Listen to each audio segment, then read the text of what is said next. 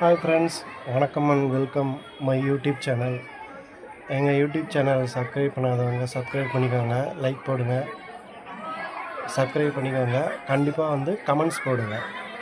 இன்றைக்கி நம்ம என்ன டாபிக் பேச போகிறோம் அப்படின்னா, தமிழக முதல்வர் சிஎம் சி.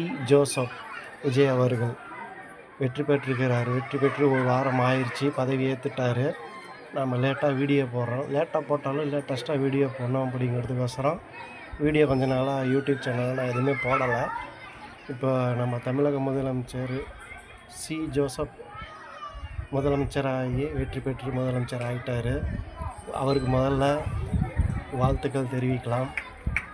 அவரோட ஆட்சி சிறப்பாக இருக்கணும்னு சொல்லி நம்ம எல்லோரும் வாழ்த்தணும். அவரோட ஆட்சி சிறப்பாக இருக்கணும். அதுக்கோசரம் பல பேர் பல வீடியோஸ், பல வாழ்த்துக்கள் எல்லாம் போட்டுட்ருக்குறாங்க. ஸோ நாமளும் ஏதாவது வீடியோ போடலாம் அப்படின்னு சொல்லி இந்த வீடியோ பதிவு record பண்ணிகிட்ருக்கிறேன். First of all our நல்ல ஆட்சி புரியணும் அப்படின்னா முதல்ல மக்கள் பொறுமையாக இருக்கணும். அவர் ஆட்சி செய்கிறது எப்படி என்னங்கிறத பார்க்கணும். 10 லட்சம் கோடி கடன் விட்டுட்டு போயிருக்காங்க அப்படின்னு சொல்லியிருக்காரு. அவர் கொடுத்த வாக்குறுதிகள் எல்லாம் நிறைவேற்றுறதுக்கு கொஞ்சம் நேரம் ஆகும். அது வரலும் நாமளும் கொஞ்சம் பொறுமையாக இருக்கணும். அதுதான் நல்ல ஆட்சிக்கு நாம் கொடுக்குற மரியாதை. ஸோ நாம் கொஞ்சம் பொறுமையாக இருக்கணும். அதனால் அவரோட ஆட்சி சிறப்பாக இருக்குன்ட்டு சிலர் பேசுகிறாங்க.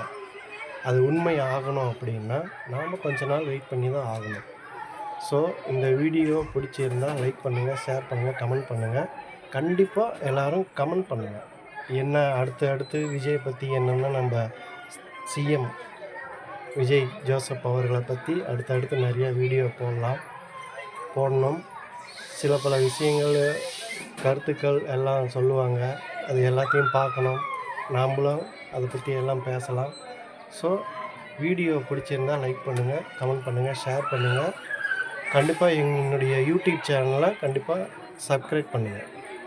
தேங்க்யூ.